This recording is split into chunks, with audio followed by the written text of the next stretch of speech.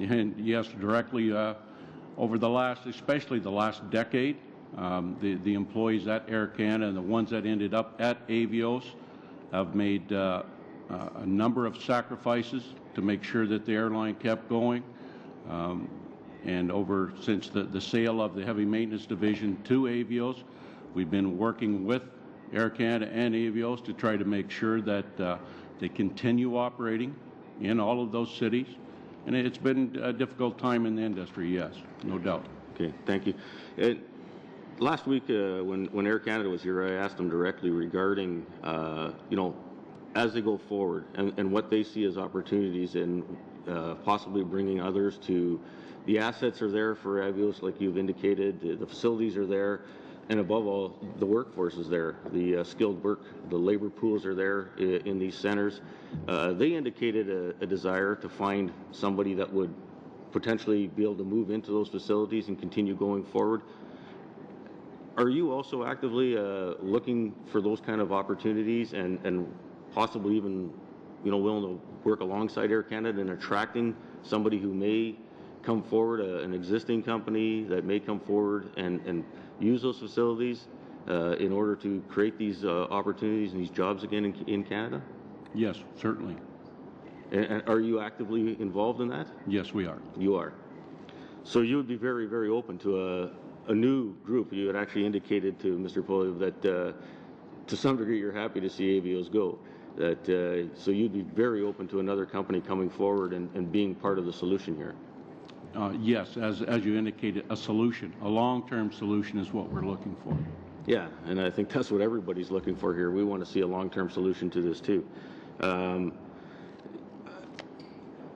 think the one thing that I've heard that some of the conspiracy theories that scare me a little bit when I hear you even show in your presentation to us that it was sold for over $700 million, and to think you have the ability through your groups also to do some investments, and I'm sure you would not invest in $700 million in order to get rid of a company.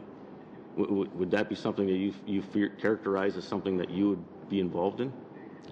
I couldn't comment on it, something like that at this time. Okay. The bottom line, I guess what I'm getting to here is that things did go sideways and things went wrong, and I think what we got to do though is look to the future, go forward and make sure that we get protection here, that we get jobs for these workers, and that we can get these facilities back up and going as soon as possible. And I was very happy to hear Air Canada's desire to also work in that vein to make sure that that is going to happen. Are you? I guess that's the one thing I want to get back to a little bit with Mr. Poilievre was questioning, and that's you're asking us to do something, and I think we are happy to try to do something here to help this go forward. It would be helpful for us though if we had some concrete responses from you as to are there ways that you see that we can work together with you to bring a solution to this? I think what we'd like to see is to get all the parties together at some point to sit down and talk about those solutions. I mean, it's... When you say all the parties, can you... Well, the government, Air Canada, the unions, if there are investors out there that are looking to invest in the company or someone that can operate it, then it should be all of us together working to try to make sure that it happens. Okay. So, and you are pursuing, from some of the reading I've done, opportunities for some possible investors? Yes. And you're getting good response on that at this point in time? It's early in the discussions, so at this point I can't say a whole lot about it. Right. But you feel good about it, the potential? Well, at this point, I'm not feeling real good about anything because I still got so many people out of work, so right. It's a tough position. Okay. I had one question also regarding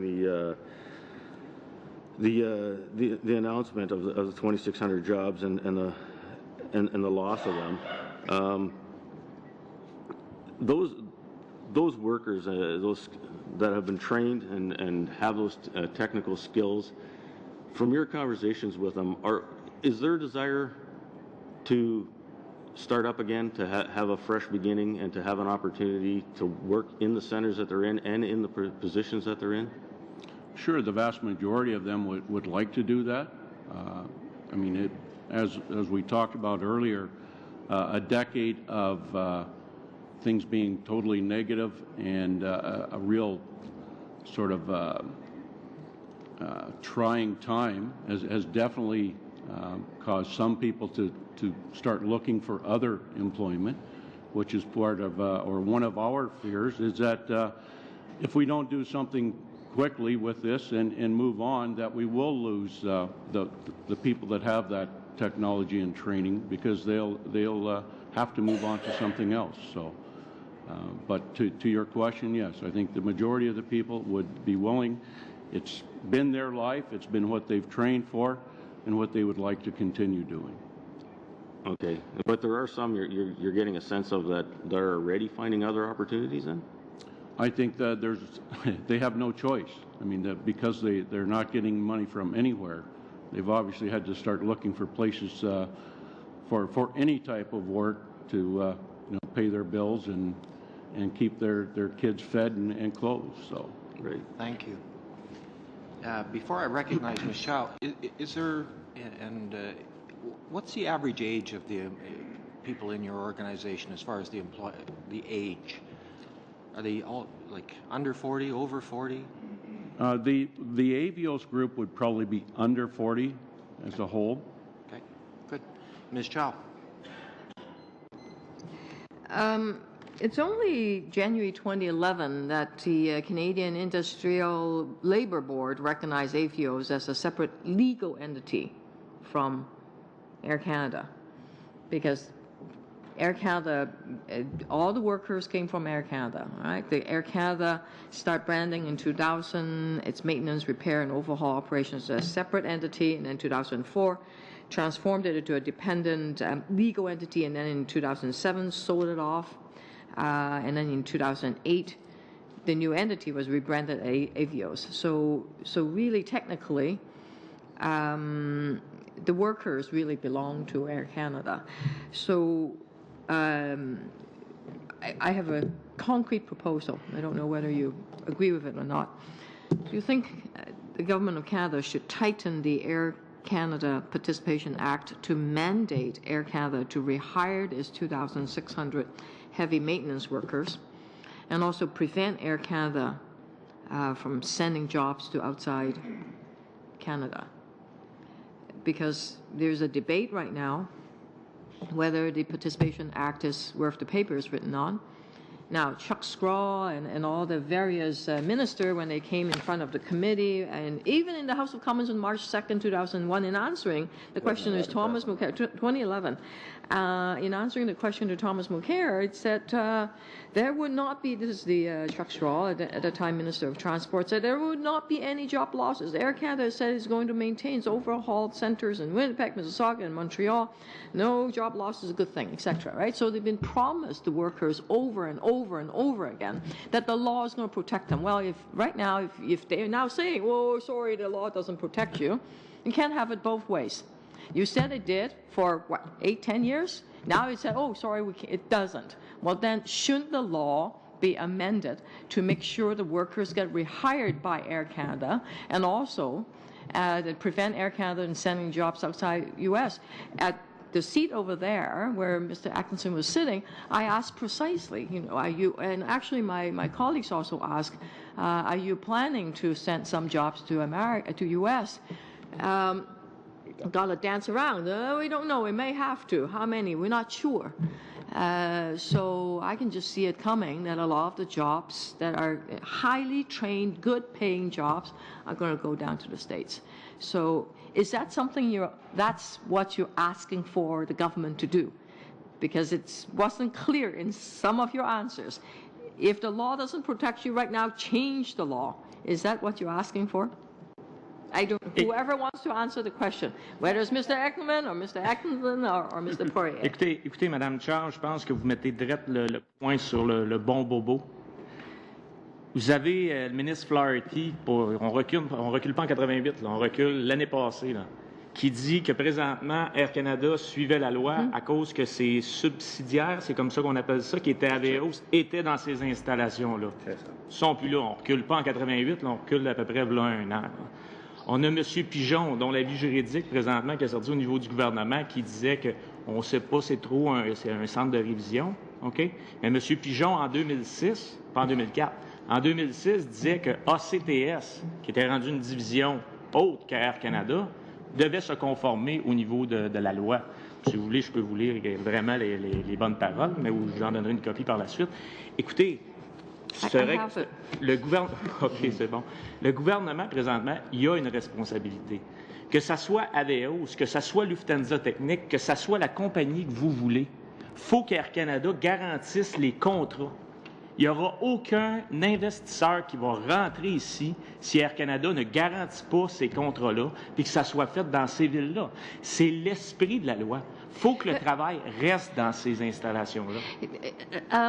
Did Air Canada deliberately staff Avios? Because there seems to be a dispute. Avios said that you're not giving us the contracts for the work that we have to do because I understand that in 1988, Air Canada executives came in front of the House of Commons committee and said that its maintenance division was profitable. So it was making money.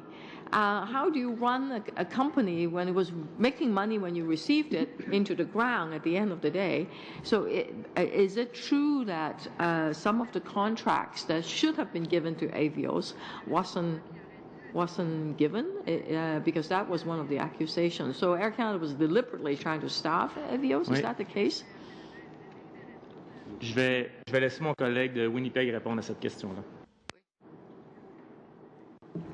To answer that question, we attended quarterly meetings with Air Canada and Avios that dealt with the scheduling of heavy maintenance programs throughout the year in all 3 locations. During these meetings, we would set a Gantt chart, as it was called, which was the heavy maintenance schedule for the entire year. It would go January to January, showing the gaps in the summer because Air Canada would fly their aircraft in the summer. As we proceeded through the beginning of this year, we noticed aircraft being changed and our Gantt chart meetings being more frequent. The more we showed up for meetings, the less aircraft that showed up. I don't know what happened business-wise between Air Canada and Avios, but I can tell you from a scheduling point of view, aircraft started to be removed from the Gantt chart, which meant our workers, our employees had no work to do, our members.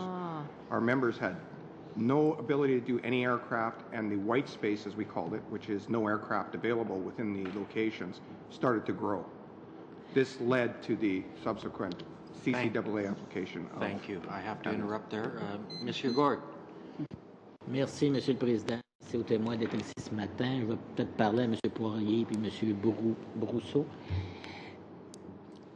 On est très sensible à la perte de 2600 emplois. On est très sensible à la perte des 2600 emplois de ce côté-ci du gouvernement. On sait que c'est des travailleurs de haut niveau. Puis si je me trompe dans ce que je dis, vous m'arrêtez, puis on va se replacer.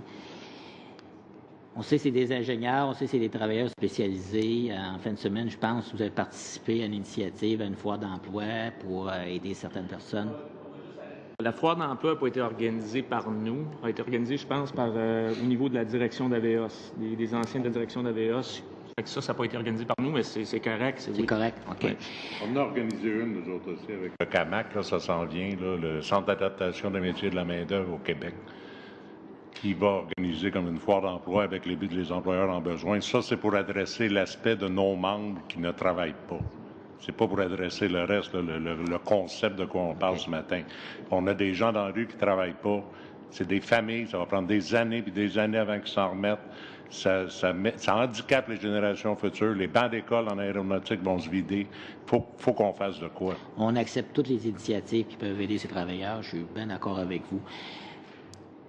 Là, on parle de 2600 travailleurs dans un marché de réparation de l'aéronautique.